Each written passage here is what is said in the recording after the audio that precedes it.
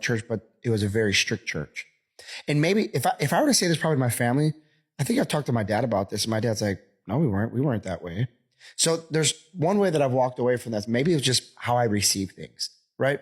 I think I've come to learn in my 40s that maybe they weren't strict. Maybe just my receptors and my perspective of what they were teaching just hit me in a certain way where I was like, oh my God, I'm going to go to hell if I sin. I better get this act together, right? So part of the OCD that started is I couldn't control my thoughts. So I'd have very horrible, terrible thoughts against God, against Jesus.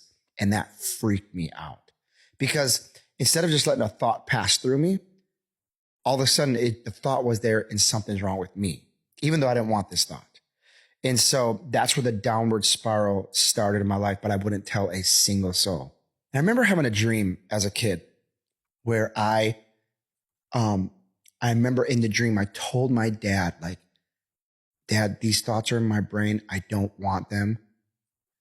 Like thoughts are like F God, F Jesus. I mean, as kids, I don't even like saying that, because this has affected me so much. And I remember in my dream, my dad was like, you cannot think that way, that you're going to hell. And of course that wouldn't have been my dad's response had I told him.